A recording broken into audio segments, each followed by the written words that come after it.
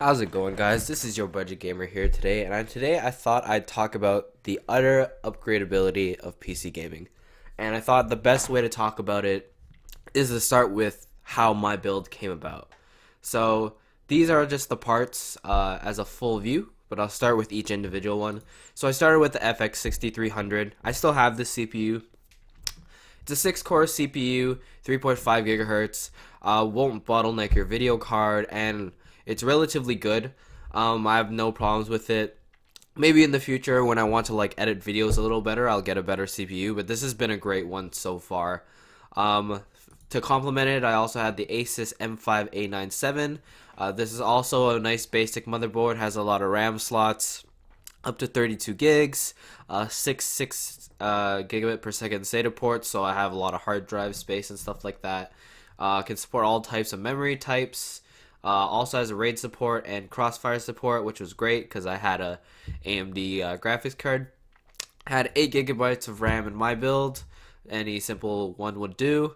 Had a 1 terabyte hard drive, about a minute and a half boot up time, about maybe 4 or 5 second loading time in between games, longer for bigger ones.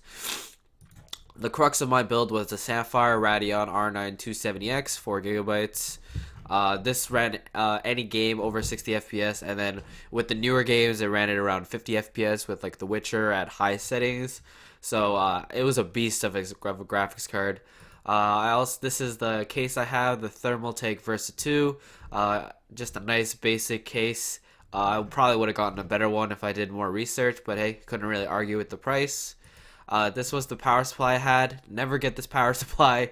It's a dingy 600-watt power supply from Thermaltake, and it did not have any power efficiency whatsoever, and I started hearing clicking sounds. Don't get that.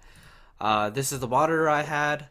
This one is pretty beastly. It's a 24-inch Samsung 24-inch monitor, 60 hertz. It's a PLS monitor, which is like a fancy word for LED. That's their own LED term. 5 millisecond response time, did pretty well. You're gonna laugh at my choices of keyboard and mouse. It's just this regular Microsoft keyboard I had before, $17. I just used it just because it was laying around the house. And I also had this. I bought this. It was a $7 mouse. It was called Zelodies, and it had a Spider-Man logo on it. Now, the point of this video was not to really go through the parts that I had before, but to show what my computer has been since that time. So since that time, I've added this many more parts. So if I just show you the before, I only had 1, 2, 3, 4, 5, 6, 7, 8, 9, 10, around 10 parts. Now I have 1, 2, 3, 4, 5, 6, 7, 8, 9, 10, 11, 12, 13, 14 different parts, and a lot of these have been replacing them too. So as you can see, I decided to add a CPU cooler to it. I added 8 more gigs of RAM. I added a solid state drive to it. I replaced my video card. I replaced my power supply. I got a new CD drive. I exchanged my keyboard for something else. I got a better mouse. And some of these are huge improvements. Like, if I wanted to overclock my build, now I have a liquid cooler to do so.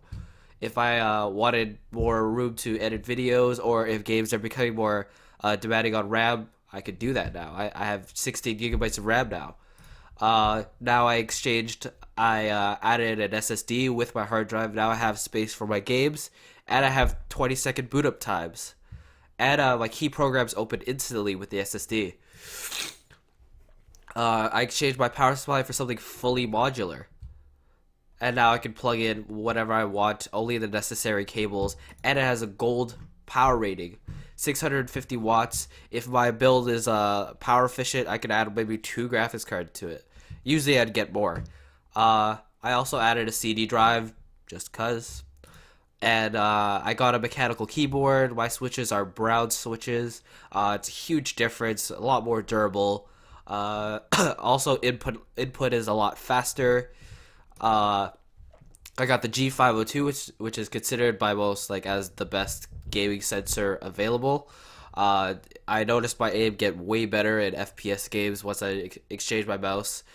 Yeah, and then this is the crux that I got 2 days ago. So I upgraded from a 270X to a 970. So I started off, as a nice, under $1,000, and now I added a lot of changes to my build that made my build a lot better. So I'm just like what I'm trying to say here is that I started off small, like on a budget, and progressively I bought a pot. I bought a part here. I bought a part here. I bought a part here, and it just shows you how upgradable PC gaming is.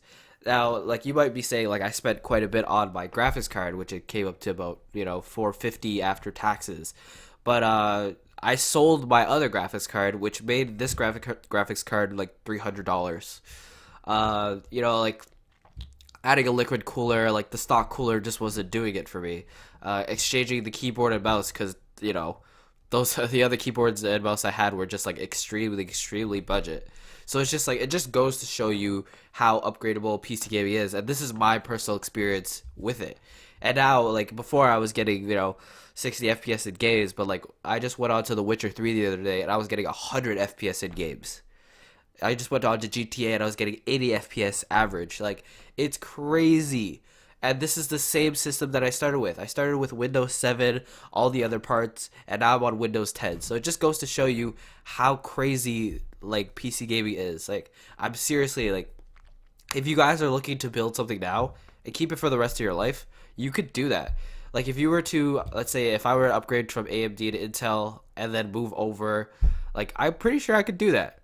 But anyways, thanks for listening, guys. This is just my little rant of the day, but it just goes to show you how upgradable PC gaming is. Thanks for listening. This is your budget gamer signing out.